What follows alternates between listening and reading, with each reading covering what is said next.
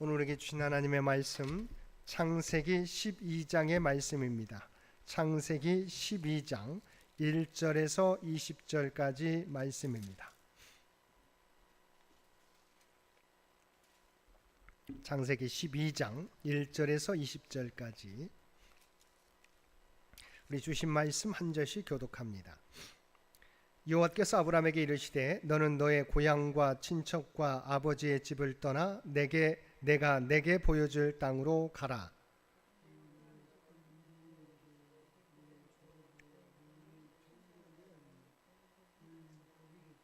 너를 축복하는 자에게는 내가 복을 내리고 너를 저주하는 자에게는 내가 저주하리니 땅의 모든 족속이 너로 말미암아 복을 얻을 것이라 하신지라.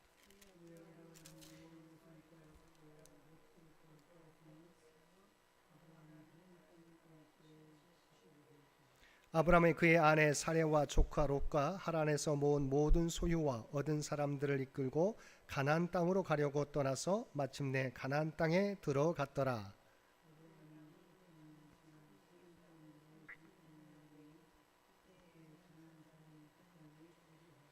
여호와께서 아브라함에게 나타나 이르시되 내가 이 땅을 내 자손에게 주리라 하신지라. 자기에게 나타나신 여호와께 그가 그곳에서 제단을 쌓고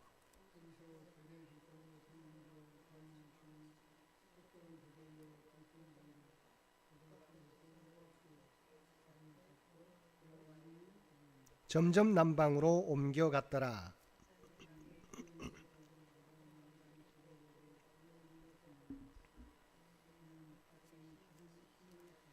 그가 애굽에 가까이 이르렀을 때 그의 아내 사레에게 말하되 내가 알기에 그대는 아리따운 여인이라.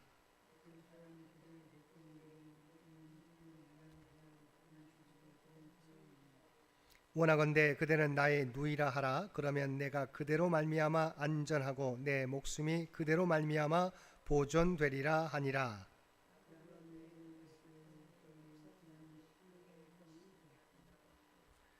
바로의 고관들도 그를 보고 바로 앞에서 칭찬하므로 그 여인을 바로의 궁으로 이끌어 들인지라.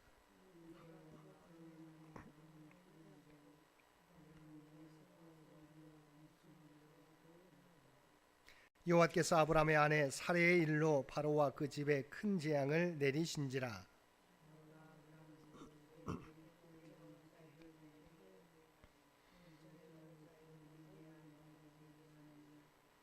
내가 어찌 그를 누이라 하여 내가 그를 데려다가 아내를 삼게 하였느냐. 내 아내가 여기 있으니 이제 데려가라 하고 바로가 사람들에게 그의 일을 명하매 그들이 그와 함께 그의 아내와 그의 모든 소유를 보내었더라. 아멘. 오늘도 말씀과 기도로 수요일 하루를 시작하는 모든 성도들 가운데 하나님의 놀라운 은혜가 언제나 함께하여 주시기를 주님의 이름으로 간절히 축원드립니다. 오늘 살펴볼 말씀은 창세기 12장의 말씀입니다. 1절에서 9절까지 말씀은 유명한 아브라함의 소명과 가나안 이주 이야기입니다. 하나님이 아브라함의 믿음을 보고 아브라함에게 주신 놀라운 축복의 언약들이 나옵니다. 1절을 보면 하나님은 아브라함에게 너는 너의 고향과 친척과 아버지의 집을 떠나라고 하셨습니다. 그래서 고향이란 아브라함이 태어나 지금까지 살아왔던 메소포타미아 지역을 가리키는 말로 이것은 우상 숭배가 만연한 곳이었습니다. 또한 친척과 아버지의 집이란 우상을 숭배하던 아브라함의 혈족과 그의 부모 형제를 가리킵니다. 따라서 고향과 친척과 아버지의 집을 떠나라는 말은 죄악의 관습에 젖어 있던 과거의 모든 인연과 삶을 청산하라는 말입니다.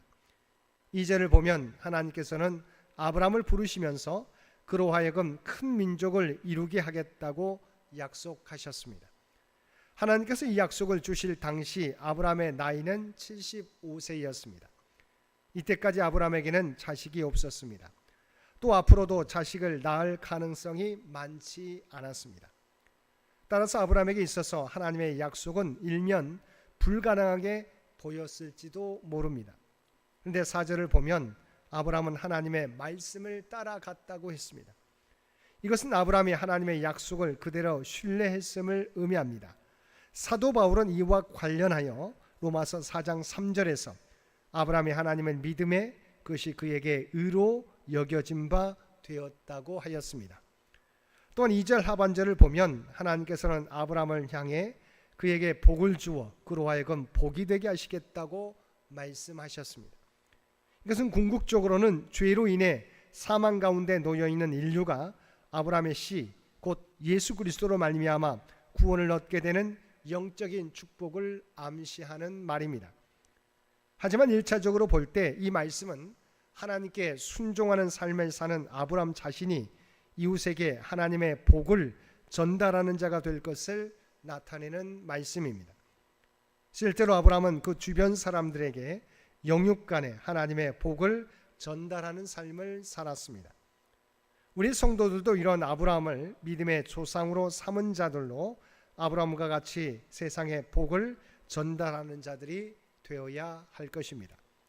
7절을 보면 가나안에 들어간 아브라함은 세겜 땅 모래 상수리 나무 아래 여호와를 위해 단을 쌓았다고 했습니다. 또 8절을 보면 아브라함은 거기서 베델 동쪽 산으로 옮겨 장막을 치고 거기서도 단을 쌓고 여호와의 이름을 불렀다고 했습니다. 즉 아브라함은 그가 가는 곳마다 단을 쌓았던 것입니다. 여기서 단을 쌓고 여호와의 이름을 불렀다고 하는 것은 제사 또는 예배를 드렸다는 의미입니다. 즉 아브라함은 아직 가나안 땅에 완전히 정착하지 못하고 유랑생활하는 가운데서도 하나님을 예배하는 일에 소홀함이 없었던 것입니다.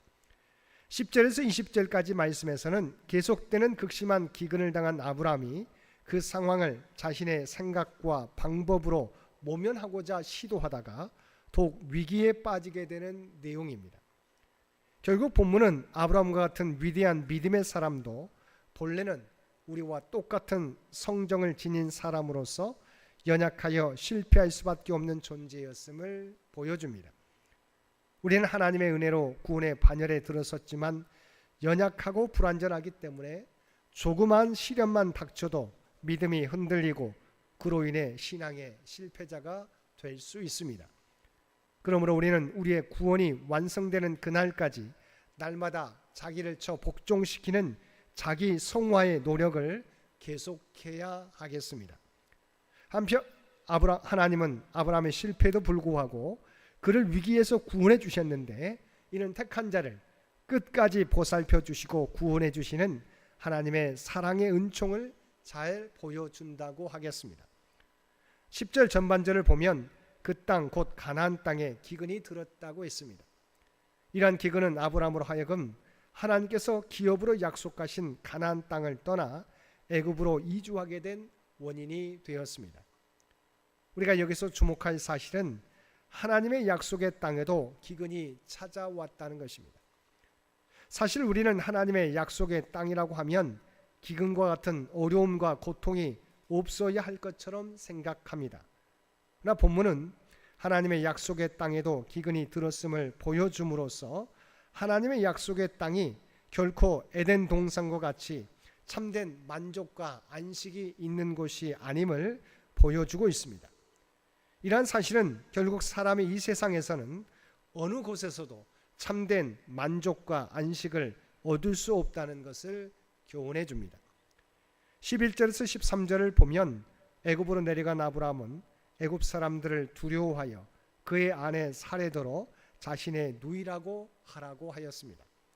즉 아브라함은 애굽에서 절대 권력을 휘두르던 바로를 두려워한 나머지 인간적인 술수로 위기를 모면해 보려고 한 것입니다. 이처럼 아브라함이 만유의 절대 주권자이신 하나님을 바라보지 않고 도리어 눈앞에 보이는 인간의 권력만을 바라보고 두려워했다는 것은 참으로 어리석고 불신앙적인 처사였습니다. 결국 아브라함은 신앙적으로 실패함은 물론 사랑하는 아내를 바로에게 빼앗기는 수모를 당해야 했습니다. 15절을 보면 애굽 왕 바로는 사레를 자기 누이라고 한 아브라함의 말을 듣고 사레를 자신의 궁으로 이끌었습니다.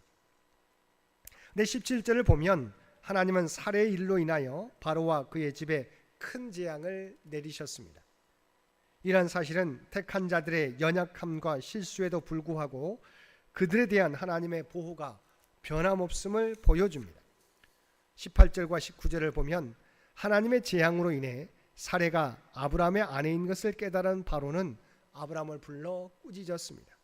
특별히 바로는 아브라함을 향하여 내가 어찌하여라는 말을 3번씩이나 반복하여서 호되게 질책하였습니다. 실로 하나님의 백성이 이방인에게 이유 있는 책망을 듣는 부끄러운 장면입니다. 이처럼 성도가 신앙적인 방법을 버리고 인간적인 방법으로 처신하면 세상 사람들로부터 부끄러움과 멸시를 받게 됩니다. 그것은 마치 소금이 그 맛을 잃으면 버려지게 되어 발에 밟히는 것과 같습니다. 그러므로 성도는 모든 일을 신앙적으로 처리하되 세상과 불신자들에게 모범이 되도록 행동해야 할 것입니다. 사랑하는 성도 여러분, 우리는 아브라함의 모습에서 보듯이 모두 연약하여 범죄하기 쉬운 존재들입니다. 그래야 아무리 위대한 신앙인이라 할지라도 늘 깨어있지 못하고 신앙의 경계를 게을리하면 아브라함과 같이 여지없이 실패할 수밖에 없는 것입니다. 그러므로 우리는 매 순간 우리의 신앙을 점검함으로 영적으로 깨어있어야 할 것입니다. 오늘도 우리의 연약함을 깨닫고 겸손하게 믿음의 길을 따라 살아가는 저와 여러분 모두가 되시기를 주님의 이름으로 간절히 축원드립니다. 함께 기도드리겠습니다. 사랑 안에가 충만하신 아버지 하나님, 우리에게 어떤 상황에서도 주님을 바라보는 믿음을 허락하여 주옵소서. 그리하여 어떤 위기를 만날지라도 주님을 의지하며 주님의 뜻 가운데 행하게 하여 주옵소서. 오늘도 이 나라와 이 민족을 기억하여 주시고 오직 하나님의 뜻 가운데 통치하시고 인도하여 주시기를 원합니다. 교회 창립 100주년 행사를 은혜 가운데 마친 창현재단, 이제 다음 선교 100년을 준비하며 나아가게 하여 주시옵소서.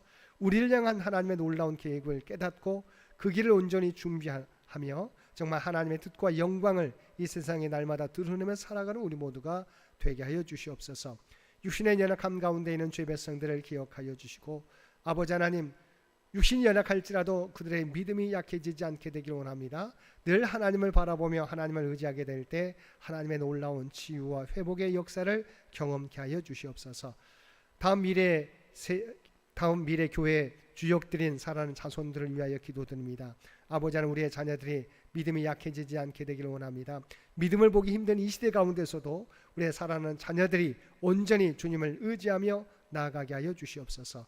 또한 하나님이 주신 꿈과 비전을 하나님의 지혜와 능력으로 준비하며 나아가게 될 때 하나하나 성취하며 하나님의 영광을 드러내는 귀한 자녀들 모두 되게 하여 주시옵소서. 오늘도 우리에게 복된 하루를 허락해 주신 것 진심으로 감사드립니다.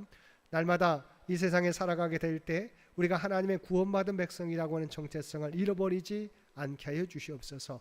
또한 우리가 세상의 소금과 빛이라고 하는 정체성도 잃어버리지 않고 세상의 선한 영향력을 나타내며 살아가는 우리 모두가 되게 하여 주옵소서. 특별히 5월은 가정의 달입니다. 우리의 가정들마다 더욱더 주님의 말씀과 사랑으로 가득 차게 도와주시옵시고 흔들림이 없는 믿음의 길을 걸어가는 우리 모두가 되게 하여 주옵소서. 이 모든 간구 우리를 구원하여 주신 예수님의 이름으로 간절히 기도드리옵나이다. 아멘.